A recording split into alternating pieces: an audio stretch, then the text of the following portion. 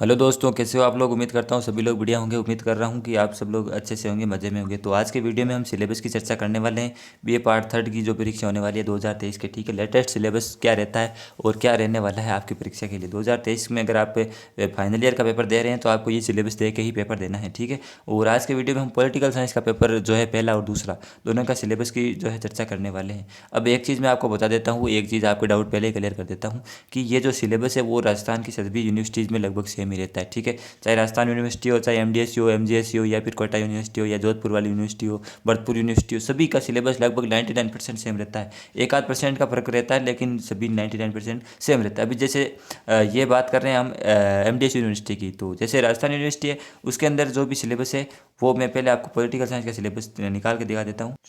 तो यहाँ पे मैंने पॉलिटिकल साइंस का सिलेबस निकाल लिया है, पाठ्यक्रम निकाल लिया है। जो पहले पेपर की बात करें तो पहले पेपर का नाम जो होता रहता है पाश्चात्य परिणति राजनीतिक विचारक, यानी कि जो फॉरेन वेस्टर्न कंट्री के जो भी फिलोसफर थे, जो राजनीतिक विचारक थे, उनके बारे में हमें इस पेपर में पूछा जाएगा। प्लेटो, अरस्तु और मैकियावेली, इस प्रकार के जो लोग दार्शनिक हैं उनके विचार हमें पूछे जाएंगे, ठीक है। तो यहाँ पे मैं अपना पेपर वापस से निकाल देता हूँ, एक मिनट। तो उसके बाद मैं आपको पेपर पैटर्न की बात करूं तो पेपर पैटर्न इसके अंदर ऐसा ही रहता है कि आपको तीन खंड दिए जाएंगे, के, खे और गे। ये तीन खंड रहते हैं पेपर के। और के जो के खंड होता है उसके अंदर 10% पूछे जाते हैं, छोटे वाले।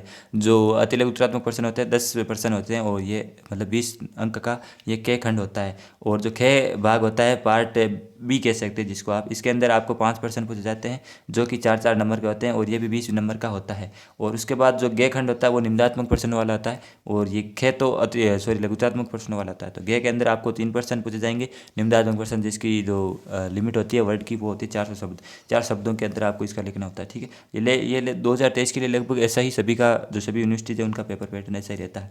तो बात करते हैं सिलेबस की। पेपर पहले की, जो पेपर पहला है वो फॉरेन कंट्रीज़ के जो वेस्टर्न फिलोसफर है उनके बारे में यहाँ पे पूछा जाता है। तो यहाँ पे देखिए डिटेल सिलेबस दे रखा है। वैसे जो बाकी यूनिवर्सिटीज है उसके अंदर सिलेबस, जैसे राजस्थान यूनिवर्सिटी उसके अंदर सिलेबस जो है डिटेल के अंदर नहीं मेंशन किया। वहाँ पे केवल इतना लिखा रहता है जैसे प्लेटो, अरिस्टो, अगस्टाइन, संत थॉमस एक्विनास, इस प्रकार का नाम दे दिया। और वो उसके अंदर डिटेल चीज़ नहीं बताते। जैसे प्लेटो के बारे में क्या प्रश्न पूछा जाएगा, राजस्थान यूनिवर्सिटी वो नहीं बताती है, लेकिन एमडीएस यूनिवर्सिटी के अंदर क्लियर सिलेबस दे रखा है। तो इसलिए मैं आपको एमडीएस यूनिवर्सिटी का सिलेबस बता रहा हूँ। और बाकी यूनिवर्सिटीज में भी यही टॉपिक आपके पूछे जाते हैं इन दार्शनिकों से, ठीक है।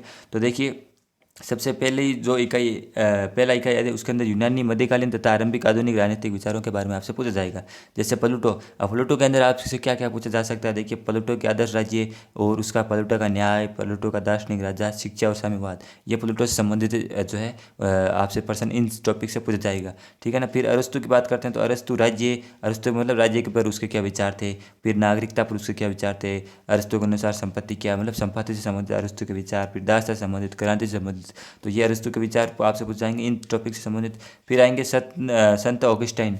तो ऑगस्टाइन का 2 नगरों का सिद्धांत है, ये केवल एक ही टॉपिक है इसके अंदर, ये पूछा जाएगा। अब जैसे राजस्थान यूनिवर्सिटी में केवल दे दिया संत ऑगस्टाइन, अब संत ऑगस्टाइन का क्या पढ़े, पूरी जीवन है उसका पढ़ने के लिए, लेकिन खास जो उसकी एक चीज़ है वो है 2 नगरों का सिद्धांत, उसी से प्रश्न पूछे जाते हैं, ठीक है। तो ये एमडीएस यूनिवर्सिटी का सिलेबस मैं आपको इसीलिए बता रहा हूँ। फिर देखिए संत थॉमस एक्विनास, तो एक्विनास के अंदर आपको राज्य, विधि, अरस्तु का ईसाईकरण, इन सारे टॉपिक से पूछा जाएगा। फिर निकोलो मैकियावेली, मैकियावेली से आपको राष्ट्र राज्य के बीच में संबंध वगैरह, फिर राज्य शिल्प और धर्म और नैतिकता पर उसके विचार पूछे जाएंगे। तो ये इकाई फर्स्ट हो गई। अब इकाई सेकंड, मतलब इकाई फर्स्ट का मतलब हो गया जो पार्ट ए होता है, जो छोटे वाले प्रश्न, या फिर इससे, हालांकि इससे प्रश्न तो इसका मतलब ये नहीं कि जो इकाई एक के अंदर आ गए उनसे केवल जो छोटे वाले प्रश्न है 10 अंकों के वही बनेंगे। इनसे प्रश्न तो बड़े वाले बन सकते हैं, निम्नात्मक बन सकते हैं, लेकिन ये सिलेबस का डिवाइडेशन है, ठीक है। ये सिलेबस का पार्टिसिपेशन है, ये कोई पेपर का पार्टिसिपेशन नहीं है, ठीक है। फिर बात करते हैं सेकेंड इकाई की। तो इसके अंदर देखिए संविधावादी तथा उपयोगितावादी सिद्धांत, जो राजनीतिक विचारक जो भी होते हैं उनके बारे में आपसे प्रश्न पूछा जाएगा। जैसे जो हॉब्स है, थॉमस हॉब्स, उसकी संविदा सिद्धांत और संप्रभुता के बारे में उसके क्या विचार है। फिर जॉन लॉक के बारे में संविदा सिद्धांत और निजी संपत्ति पर उसके क्या विचार है। फिर जो रूसो है उसके संविदा सिद्धांत और सामान्य इच्छा, रूसो के अनुसार सामान्य इच्छा क्या है, उसके ऊपर आपको पूछा जाएगा प्रश्न। फिर जर्मी बेंथम, जो उसका उपयोगितावाद का सिद्धांत है और विधि है, और उसके अंदर कौन कौन सुधार होने चाहिए, उससे संबंधित आपको प्रश्न पूछे जाएंगे। फिर जॉन स्टुअर्ट मिल जो होता है उसके अंदर बेंथमवादी उपयोगिता सिद्धांत में संशोधन, उसके बारे में आपसे प्रश्न पूछा जाएगा। फिर स्वतंत्रता एवं प्रतिनिधि शासन, इससे संबंधित प्रश्न पूछा जाएगा। ठीक है, तो ये इकाई सेकंड के अंदर हो गया। फिर इकाई थर्ड के अंदर बात करें तो प्रत्ययवादी तथा वैज्ञानिक साम्राज्यवादी राजनीतिक विचार है। तो इसके अंदर आपको विलियम हेगल की जो द्वंद्वात्मक भौतिकवाद और उसके राज्य का सिद्धांत, ये प्रश्न आपसे पूछा जाएगा। द्वंद्वात्मक भौतिकवाद और राज्य का द्वंद्वात्मक प्रत्ययवाद और राज्य का सिद्धांत किसका? हेगल का। ये प्रश्न पूछा जाएगा, इनसे प्रश्न पूछा जाएगा इन टॉपिक से। फिर जो ग्रीन से टी.एच. ग्रीन में राज्य का सिद्धांत और उसके कार्य और उसकी स्वतंत्रता से संबंधित विचार क्या है वो पूछा जाएगा। फिर ग्रामसी का राज्य का सिद्धांत क्या है वो आपसे प्रश्न पूछा जाएगा या उसके बारे में प्रश्न पूछा जाएगा। फिर कार्ल मार्क्स के अंदर देखिए, कार्ल मार्क्स के अंदर द्वंद्वात्मक तथा ऐतिहासिक भौतिकवाद, फिर अतिरिक्त मूल्य का सिद्धांत, वर्ग संघर्ष क्रांति, नव मार्क्सवाद, इस प्रकार के टॉपिक आपसे पूछे जाएंगे पहले पेपर के लिए। तो ये पॉलिटिकल साइंस का पहला पेपर हो गया। ठीक है, तो पहले पेपर का अगर आपको सिलेबस के अनुसार, इस सिलेबस के अनुसार पढ़ना है, एक ही वीडियो के अंदर पूरा सिलेबस ये कवर करना है, तो मास्टर वीडियो है वो आप प्ले लिस्ट में जाकर चेक कर लेना। इस सिलेबस के अनुसार मैंने सारे के सारे टॉपिक ये क्लियर करवा रखे हैं। जो भी आप यहाँ पे स्क्रीन पर जो सिलेबस में नाम देख रहे हैं ना, जैसे भौतिकवाद, द्वंद्वात्मक भौतिकवाद, राज्य की अवधारणा, दो नेहरू का सिद्धांत, तो ये सारे के सारे टॉपिक मैंने मास्टर वीडियो में करवा रखे हैं। 35-40 मिनट का वीडियो है, आप एक ही वीडियो में ये सिलेबस समझ सकते हैं। ठीक है, आपको फिर कुछ पढ़ने की भी जरूरत नहीं है, आपको सिलेबस क्लियर हो जाएगा। अब बात करते हैं जो सेकंड पेपर है पॉलिटिकल साइंस का। सेकंड पेपर होता है इंटरनेशनल रिलेशन, यानी कि अंतर्राष्ट्रीय संबंधों के बारे में आपसे प्रश्न पूछा जाता है, विदेश नीतियाँ और इस प्रकार के प्रश्न आपसे पूछ जाएंगे। ठीक है, बाकी पेपर पैटर्न तो सेम ही होगा, वही सिस्टम वही लगेगा। उसके अंदर भी 100 अंकों का ये पेपर होगा, 36 नंबर पासिंग मार्क्स से। अब बात करते हैं इसके जो टॉपिक है वो कौन कौन से हैं। तो देखिए, अंतर्राष्ट्रीय संबंधों के बारे में आपसे उसके अर्थ क्या है, उसकी प्रकृति क्या है, उसका क्षेत्र क्या है, अंतर्राष्ट्रीय संबंध इंटरनेशनल रिलेशन के बारे में। फिर जो अंतर्राष्ट्रीय संबंधों से दृष्टिकोण होते हैं, जिसमें आदर्शवादी दृष्टिकोण, यथार्थवादी दृष्टिकोण और कापलान यानी व्यवस्थावादी दृष्टिकोण और मार्क्सवादी दृष्टिकोण, इनसे संबंधित आपसे प्रश्न पूछा जाएगा। फिर देखिए, इसके कर्ता राज्य एवं अन्य कर्ता, तो ये भी इससे भी प्रश्न आपसे इस टॉपिक से बनते हैं। फिर राष्ट्र शक्ति का अर्थ, मूल और उसकी सीमाएं, इससे संबंधित आपसे प्रश्न इस परीक्षा में पूछे जाएंगे दूसरा पेपर के अंदर।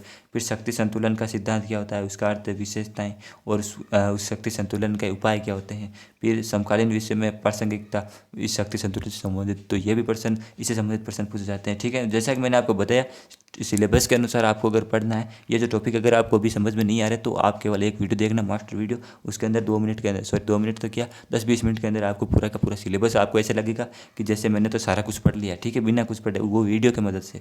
तो मास्टर वीडियो का नाम है उसका, तो वो आप देख सकते हैं प्ले लिस्ट में जाकर। ठीक है, फिर देखिए, सेकंड इकाई के अंदर आपको शीत युद्ध से संबंधित प्रश्न पूछ जाएंगे। शीत युद्ध के क्या कारण थे, शीत युद्ध के कितने चरणों में ये शीत युद्ध हुआ और उसका क्या प्रभाव हुआ पड़ा विश्व के ऊपर, शीत युद्ध की समाप्ति और विश्व राजनीति पर उसका क्या प्रभाव हुआ। ठीक है, शीत युद्ध से संबंधित प्रश्न पूछ जाएगा। फिर देखिए, गुटनिरपेक्ष आंदोलन, फिर लक्षण, गुटनिरपेक्ष आंदोलन के लक्षण, उसकी उपलब्धियाँ, उसकी चुनौतियाँ।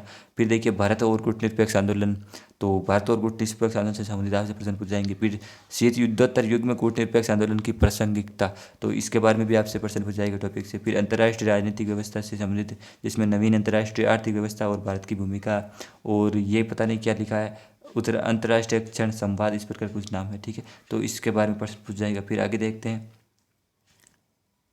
फिर दक्षिण सहयोग, यहाँ से ये भी प्रश्न खूब पूछे जाते हैं। मैंने आपको इंपॉर्टेंट वाले चीज़ें हैं वो भी मैं आपको इस साल भी कराऊंगा कि आपके इंपॉर्टेंट प्रश्न कौन से रहने वाले हैं, कौन कौन से प्रश्न आएंगे। ठीक है, दक्षिण सहयोग और विश्व व्यापार संगठन, इस प्रकार के प्रश्न भी आपसे पूछ जाएंगे इस टॉपिक से अंदर। तो काफ़ी डिटेल के अंदर ये सिलेबस दे रखा है और काफ़ी बड़ा सिलेबस है। आप ये मत सोचना कि एग्जाम के लास्ट दिनों के अंदर हम ये पढ़ लेंगे, ऐसी भूल मत करना। ये एक दिन के अंदर क्लियर होने वाली चीज़ नहीं है। हालांकि आप अगर वो वीडियो वगैरह देख लेते हैं, हम उसको फॉलो करते हैं, तो मैं आपको 5-4 दिनों के अंदर ये क्लियर करवाने की कोशिश करूँगा। और आप, मैं गारंटी लेता हूँ 100 में से आपके 50% नंबर, अगर आप मुझको फॉलो करेंगे, इस चैनल को फॉलो करेंगे, तो 50 से ज़्यादा नंबर मैं आपको दिलाने की गारंटी देता हूँ। ठीक है, अगर आप मुझे फॉलो करोगे। आपको मतलब रटना नहीं है चीज़ों को, आपको स्मार्ट तरीके से कॉपी को लिखना है, आपको बीए करना है स्मार्ट तरीके से। ठीक है, बीए में वही लोग टॉप करते हैं या वही उन्हीं लोगों के नंबर अच्छे आते हैं जो स्मार्ट होते हैं। ठीक है, कॉपी भरने से, पेज भरने से आप ये मान्यता मत रखना कि पेज भरने से नंबर मिलते हैं। कुछ लोग 20-20 पेज भी भर के आते हैं लेकिन फेल होके आते हैं। ठीक है ना, ये ध्यान रखना। तो स्मार्टली आपको चीज़ें फॉलो करनी चाहिए। फिर देखिए थर्ड इकाई के अंदर आपको विदेश नीति से संबंधित प्रश्न पूछ जाएगी, जिसमें विदेश नीति का क्या अर्थ होता है, वो सारी चीज़ें, उसके मूल तत्व और उसके निर्धारक कारक विदेश नीति से संबंधित प्रश्न आएंगे। ठीक है, अब जैसे राजस्थान यूनिवर्सिटी में केवल इतना ही डेर का विदेश नीति, अब विदेश नीति में संबंधित पता नहीं कौन कौन से प्रश्न बनने वाले हैं। लेकिन एमडीएस में जैसा कि मैं आपको बार बार कह रहा हूँ, एमडीएस यूनिवर्सिटी जो बार बार अपना डिटेल सिलेबस देती है, और बाकी यूनिवर्सिटी में लगभग 100% मैंने आपको बार बार कह रहा हूँ कि सिलेबस लगभग सेम ही होता है। ठीक है ना, तो आप ये यूनिवर्सिटी के बंधन से मुक्त होकर फिर इस वीडियो को देखना कि आप ऐसा मानना कि ये सिलेबस हमारा ही है। ठीक है, फिर देखिए संयुक्त राज्य अमेरिका, चीन और भारत की विदेश नीति की मौलिक विशेषता, इन तीनों देशों की आपको विदेश नीतियों की विशेषताएं पूछेगा। फिर भारत और उसके पड़ोसी देशों और संयुक्त राज्य अमेरिका से संबंध, भारत और पड़ोसी देश बांग्लादेश, चीन वगैरह इस प्रकार के जो देश है उनके संबंध किस प्रकार है, वो चीज़ें। फिर अंतर्राष्ट्रीय संगठन, ये वेरी वेरी इंपॉर्टेंट है, इनसे तो हर बार प्रश्न आता ही आता है ये सिलेबस में, और इनसे तो सबसे ज़्यादा प्रश्न पूछ जाता है। मतलब कन्फर्म है कि इस टॉपिक से आपके प्रश्न आएंगे, जिसके अंदर देखिए जो संयुक्त राष्ट्र जैसे यूएन कहते हैं हम, उसकी संरचना और सुधार में, फिर भूमिका समकालीन युग में प्रासंगिकता किसकी, यूएन की, जैसे हम कहते हैं ना यूएन के अंदर कोई इंटरनेशनल मुद्दा चला जाता है उसके बारे में। फिर क्षेत्रीय संगठन जिसके अंदर सार्क, आसियान, यूरोपीय यूनियन, तो ये इंपॉर्टेंट है। और मैंने बहुत सारे वीडियोज हालांकि इसके करवा रखे हैं, लेकिन मैं आपको और करवाऊंगा इस साल। ठीक है, तो चैनल को सब्सक्राइब कर लेना अभी कभी। फिर देखिए विश्व में प्रमुख समकालीन मुद्दे और प्रवृत्तियाँ, जिसके अंदर मानवाधिकार हैं, वैश्वीकरण है, वैश्विक आतंकवाद है, पर्यावरणवाद है, निःशस्त्रीकरण है। तो ये इस प्रकार के टॉपिक है सेकंड पेपर के अंदर। ठीक है, तो मैंने आपको बता दिया फर्स्ट पेपर है, वो फर्स्ट पेपर होता है आपके जो दार्शनिक विचार होते हैं प्लूटो, तो उनके बारे में। ठीक है, दार्शनिकों के विचारों के बारे में है। सेकेंड पेपर आपको अंतर्राष्ट्रीय संबंधों के बारे में है। ठीक है, अंतर्राष्ट्रीय संबंधों के बारे में। तो ये दो टॉपिक, ये दो पेपर आपके पूछे जाएंगे। ठीक है ना, तो ये अलग अलग दिन होंगे, आप ये मत मानना एक ही दिन में दो पेपर होंगे, ये अलग अलग दिन, एक पेपर एक दिन में होगा, बाकी दूसरा पेपर अगले दिन या फिर किसी दूसरे दिन होगा। ठीक है ना, तो इस प्रकार आपके कुल बीए थर्ड ईयर के अंदर आपके 6 पेपर होते हैं, तीनों सब्जेक्ट के 2-2 पेपर होते हैं। ठीक है, टाइम आपको इस साल 3 घंटे का दिया जाएगा, और पासिंग मार्क्स आपको 36 नंबर का लाना होगा। ठीक है, उम्मीद करता हूँ आपको सिलेबस समझ में आया होगा, और वीडियो आप मुझे वो जो मास्टर वीडियो वो ज़रूर देखना, आपको बहुत काम आएगा। ठीक है दोस्तों, मिलते हैं अगले वीडियो में। जय हिंद, जय भारत।